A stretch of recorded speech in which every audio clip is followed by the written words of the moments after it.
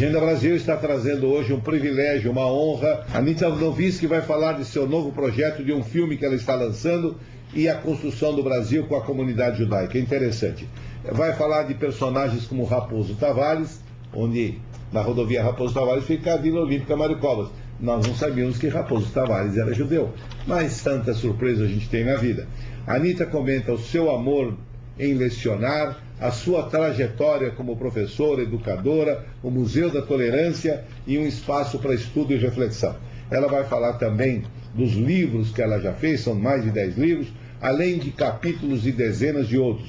Comenta conosco o tema da Inquisição, ela é professora, doutora nessa matéria, e ela também vai falar do antissemitismo hoje em dia. Vale a pena ouvir Anita Novinsky. Bom, nós estamos de volta hoje com a oportunidade de conversar com a historiadora, professora Anita Novinsky.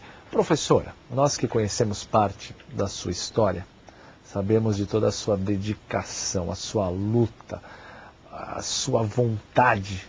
A senhora publicou dezenas de livros, publicou dezenas de capítulos em outros livros, fez obras, ganhou reconhecimento e não cansa nunca. De onde vem todo esse amor, toda essa vontade? Bem, eu vou dizer, toda a minha carreira foi feita, ajudada por não-judeus, por brasileiros, professores que tinham consciência e que conheciam a história do Brasil, porque a história do Brasil ainda até hoje é muito pouco conhecida. A história do Brasil tem que ser totalmente reescrita, porque a grande parte da documentação sobre a história do Brasil está ainda encerrada naqueles arquivos, naquelas prateleiras empoeiradas lá dos arquivos portugueses. Quer dizer, no momento em que essa documentação for mais conhecida, nós vamos esclarecer muitos aspectos da história do Brasil que ainda não conhecemos. Quem me levou para esses estudos foram principalmente dois professores, que eu devo lembrar o nome deles. Um é o João Cruz Costa, era professor de filosofia, e o outro era Lorival Gomes Machado, que foi diretor cultural na Unesco. Esses dois professores são responsáveis por eu me ter dedicado a minha vida a esses estudos, porque o professor Lorival sempre dizia, enquanto nós não estudarmos a história dos cristãos novos, nós não poderemos escrever a história do Brasil. E essa frase dele ficou na minha cabeça para sempre. Mas tem também um outro professor que me estimulou muito, que dirigiu em grande parte a minha tese, que é o Sérgio Buarque de Holanda. O Sérgio Buarque de Holanda é considerado um dos maiores historiadores brasileiros. E ele morreu sem saber que ele era judeu. Hoje nós sabemos que ele é originário de uma família de Barcelos, família de rabinos. E não é só ele, não. O Joaquim Nabuco, que é o libertador dos escravos, ou pode ser o ideólogo da libertação dos escravos, é considerado assim, um dos maiores expoentes da cultura brasileira, também era de origem judaica, também descendente de rabinos. Isso são fenômenos que muito pouca gente sabe. Inclusive os bandeirantes. Só recentemente nós temos notícias e documentos que mostram e provam que os bandeirantes eram de origem judaica. Inclusive o maior de todos os bandeirantes, que é o Antônio Raposo Tavares, que foi a vida dele e a obra dele é uma verdadeira epopeia. Ele atravessou o Brasil de São Paulo até o Amazonas a pé.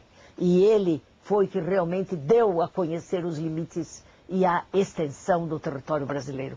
Pois até há pouco tempo ninguém sabia que ele era judeu lá de Portugal e que a madrasta que o criou era judaizante, foi presa e confessou que na casa dela se praticava o judaísmo. E ele foi criado numa casa onde todas as cerimônias judaicas, Shabat, a Páscoa e as festas eram seguidas. Quem é que conhecia isso na história do Brasil?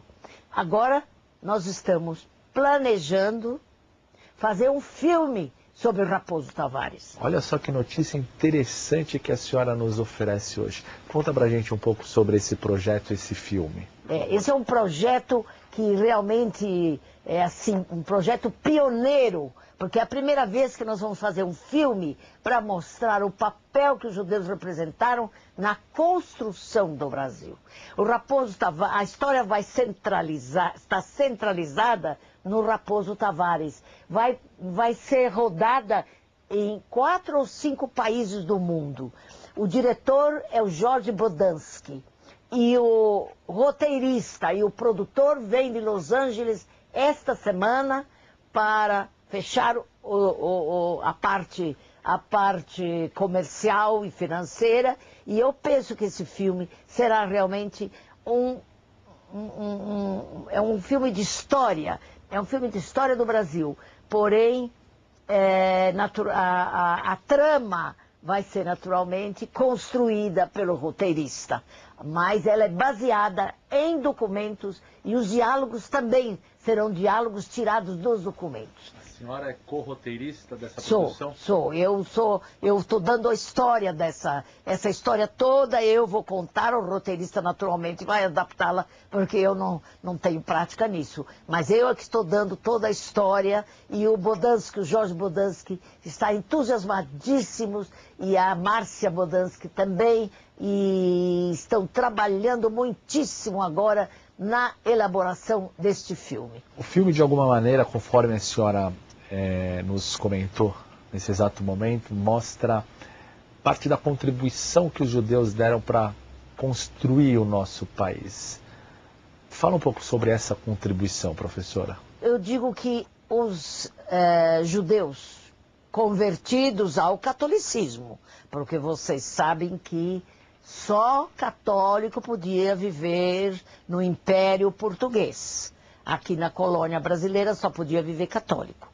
Portanto, eles eram todos convertidos, mas eles eram, em grande parte, não todos, secretos judeus.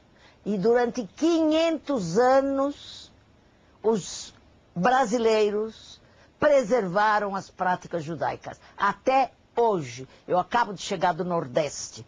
Eu fui... no Nordeste foi criada uma cátedra Anita Novinsky na Universidade Rural de Pernambuco. E eu inaugurei a cátedra com um congresso sobre Joaquim Nabuco. E foram também alunos meus, Paulo Valadares, Alina Gorenstein, foram também falar lá nessa cátedra. E no Nordeste, nós podemos dizer, é impossível dizer o número. Eu fiquei impressionada na quantidade de brasileiros que até hoje praticam o judaísmo. Isso é uma das coisas mais estranhas, um dos fenômenos mais curiosos da história da humanidade, que um povo, durante 500 anos, tenha resguardado costumes judaicos em segredo. Agora, como naturalmente vivemos num país democrático, de liberdade, eles estão aparecendo. E um aparece lembrando o que o pai lhe contava, outro aparece com as práticas judaicas, outro conta que a avó lhe tinha contado, e agora Israel mesmo está se enfrentando com esse problema, porque muitos querem fazer aliar para Israel. A gente percebe pelas suas palavras de uma contribuição, às vezes, muito maior do que as pessoas conhecem. Como que a senhora mensura isso para a gente? Os judeus, os cristãos novos, que eram chamados ou marranos, cristãos novos, conversos, eles, eu digo que eles não contribuíram para construir o Brasil, eles construíram o Brasil. E eu posso dizer isso hoje com segurança, porque eles, desde o primeiro momento, foram os homens que desenvolveram aqui a agricultura, governança, homens que participavam da política, participavam das letras, escritor, o primeiro poeta brasileiro, Bento Teixeira, o grande poeta da língua portuguesa, Antônio José da Silva. Nós temos governadores, nós temos bandeirantes, não há nenhum campo na construção do Brasil que os judeus secretos ou judeus convertidos ao catolicismo, que eram já cristãos, que eles não tivessem contribuído. Professora, a gente vê quantos projetos a senhora tem. A gente vê quanto amor a senhora tem pelo seu trabalho. Nós voltamos a ver agora algumas imagens do Museu da Tolerância da USP, lindíssimo, imagens de um projeto realmente muito belo. É para ser construído dentro da própria cidade universitária e seria em quanto tempo isso, professora? O museu, eu acho que é a grande obra que realmente a Universidade de São Paulo vai legar ao Brasil.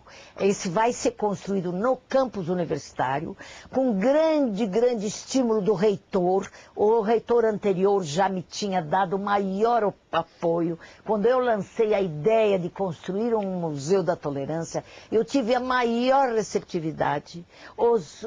A diretoria da USP e o reitor, diretor, todos me apoiaram. E o atual diretor, Dr. Rodas, que é realmente um apaixonado pela ideia, ele quer nos dar todo o apoio, está nos dando todo o apoio.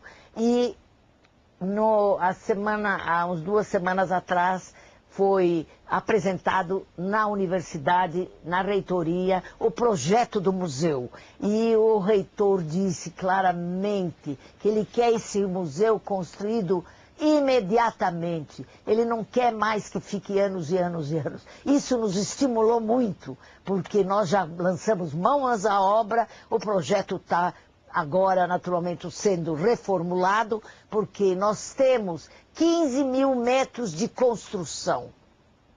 Vai ter um espaço para exposições permanentes. Eu quero, e a minha prioridade é que tenhamos um pequeno Yad Vashem dentro deste museu. Para o pessoal de casa entender, professora, o Yad Vashem seria, na verdade, uma pequena demonstração de um museu de holocausto, né?